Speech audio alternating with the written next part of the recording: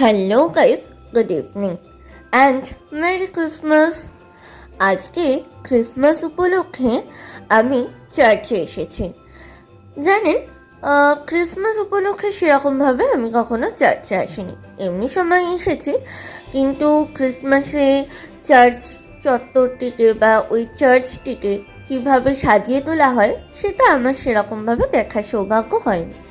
তো এই প্রথমবার আমি ক্রিসমাস উপলক্ষে চার্চ ভিজিট করলাম। অভিজ্ঞতাটিও বেশ ভালো হলো।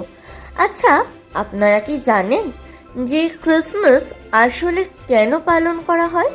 যদি না জেনে থাকেন তাহলে আমার নিচে দেওয়া লিঙ্কটিকে ক্লিক করে আমার সম্পূর্ণ ভিডিওটি অবশ্যই দেখবেন। এবং আপনারা যদি আমার চ্যানেলটিকে সাবস্ক্রাইব না করে থাকেন তাহলে অবশ্যই সাবস্ক্রাইব করে নেবেন। আজকের জন্য টাটা।